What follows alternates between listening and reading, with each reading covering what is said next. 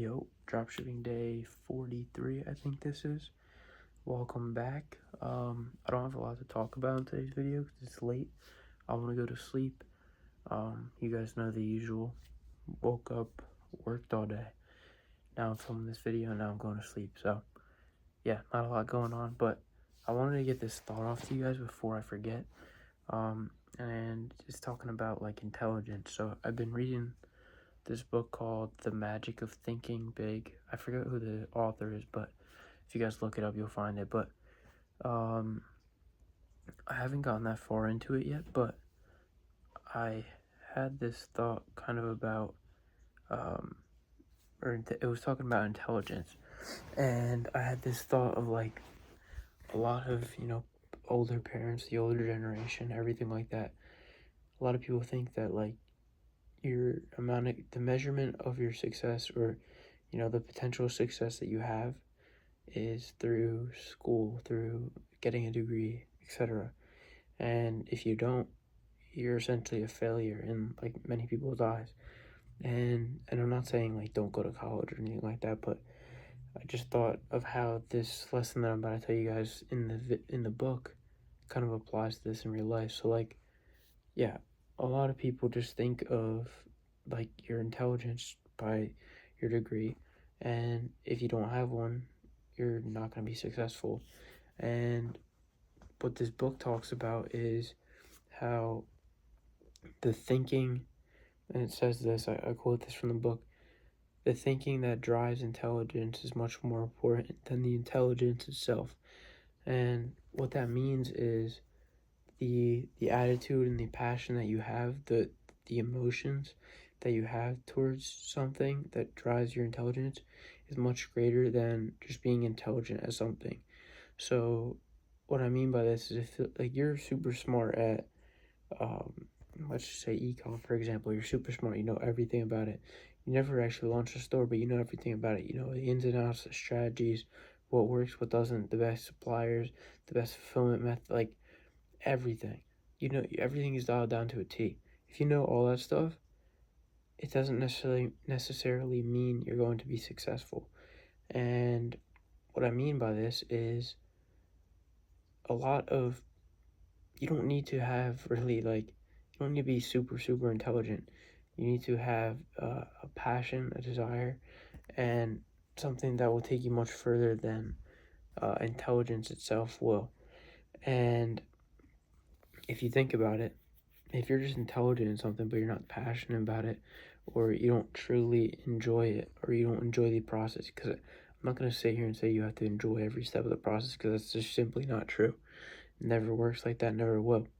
But if you have zero interest in it and you're just intelligent in it, the person that has interest in it but is less intelligent than you is always going to win, because they're they're they're using their thoughts and their thinking behind whatever they want to do, and they're becoming more intelligent through those thoughts, if that makes sense. Rather, as where you're just straight intelligent, but you don't have any thinking or thought processes to drive you closer to whatever you're trying to get to.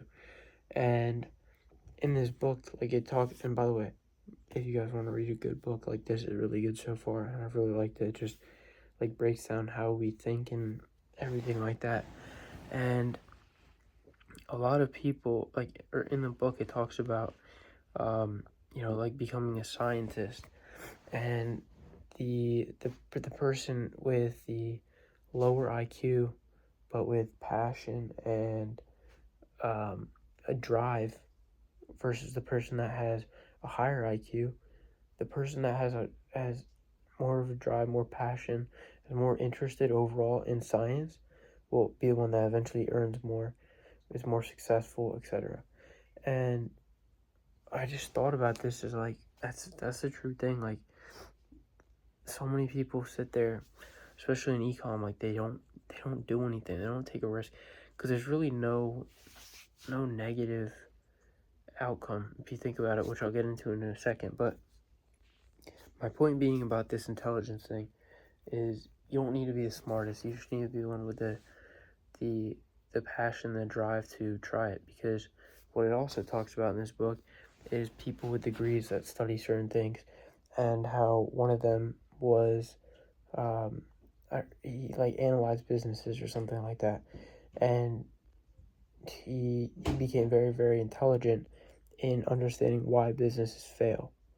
But what this did for him is like his mindset around it just got absolutely destroyed because he only thought of how businesses would fail. And then so when it came to him actually trying to start a business, it didn't work because he was so caught up just thinking about all the potential pitfalls and the negative outcomes that could come from it, versus his same high school classmates years later.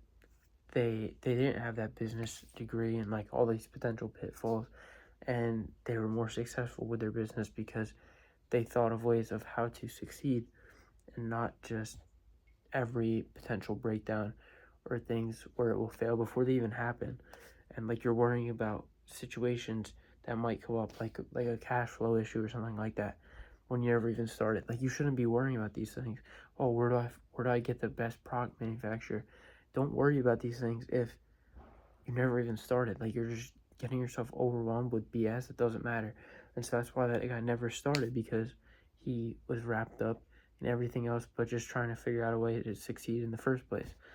And it just talks about how like a lot of these people, like brilliant people, high IQ people, I'm not saying all of them, but a mass amount of them, they aren't successful because they are intelligent, but they think of ways why it will fail, the points where it will break, instead of just trying to figure out a way how to succeed.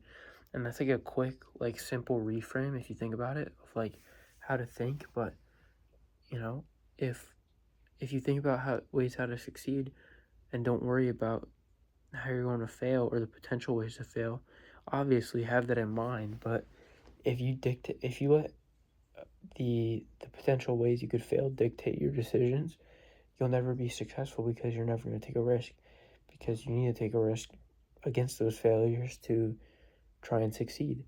And yeah, like my point being is just like take action, and don't be one of those people that just obsesses over, oh, don't do this, don't do this. I know that like being super intelligent in what you do, in a sense, at first, because if you become super intelligent before you even start, you're never going to start because you're going to be too worried about all the potential pitfalls and negative outcomes that could potentially come with whatever you're trying. And you're just never going to start. So don't look at that. Just think of ways you could succeed and do that. But yeah, like it just talks about in this book is like how, brilliant people will, or why some people, I'm looking over the book right now, I have it right next to me, but like why some brilliant people are unsuccessful, and they are essentially like failures because they just they think they're intelligent in too much, and they don't think of ways they could succeed. They think of the ways they could fail, and so that's not a good thing because you're never going to start. Which kind of leads me to like my next point is like, if you're going to worry and sit there and stress about how you're going to fail or how it won't work, your first off never going to start. But if you do start, you're going to never amount to anything because you're going to be too scared to take consistent risk over and over and over again. And I saw this video before, I think it was from Alex Ramosi, but like, especially when you're younger, I don't know who watches this video, I don't know if it's older people, kids my age, whatever it is. If you take a risk, like this intelligence stuff is thinking of ways how it could fail, you're selling yourself on not starting because you're too worried about failing.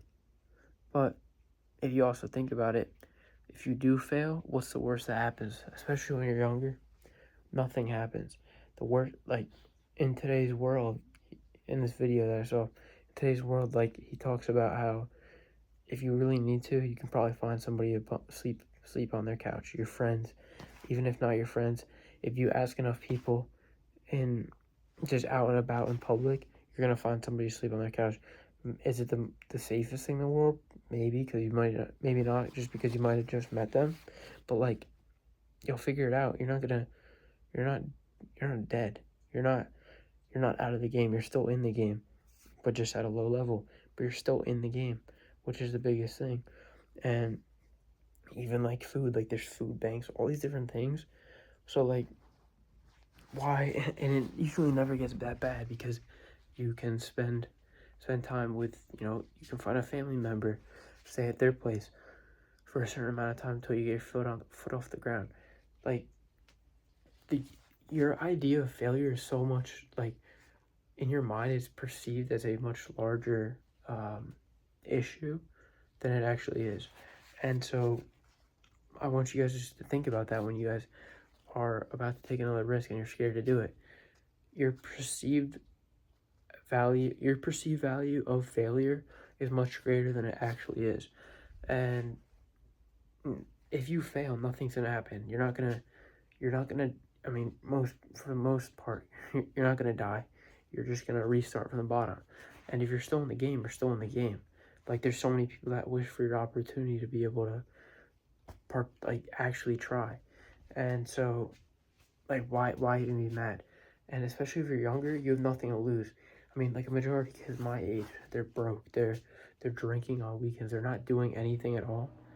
And so if you fail and you hit rock bottom, what's the worst? You're literally at the same level as everyone else. But yeah, so like, those are I guess the things that I want you guys to take away from this video is like the thinking behind your intelligence is much more important than the intelligence itself and the attitude that you have towards that intelligence, as opposed to just the intelligence itself. And then the other thing is like, your perceived value of failure is much greater than it actually is, because at the end of the day, failure is inevitable. Everyone's gonna fail multiple times. I've failed multiple times, but as long as you stay consistent in the game, that's the people that are winning. So yeah, that's the video. I'm gonna end it here. I got a tissue in my hand because my nose is running like crazy. But yeah, I'm gonna head to sleep, so I'll catch you guys tomorrow. Peace.